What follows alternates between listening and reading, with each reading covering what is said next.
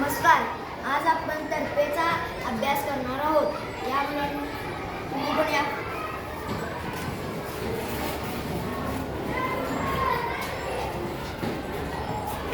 इकडे लक्ष द्या.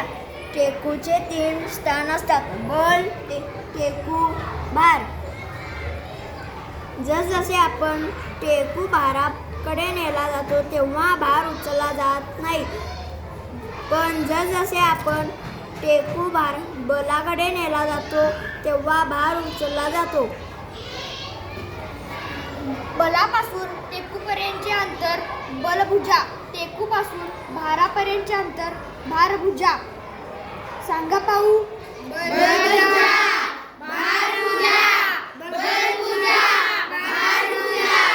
त्यानंतर आपण तर्फेचे 3 प्रकार पाहणार आहोत. तर्फेच्या पहिल्या प्रकारामध्ये टेकू मध्ये असतो.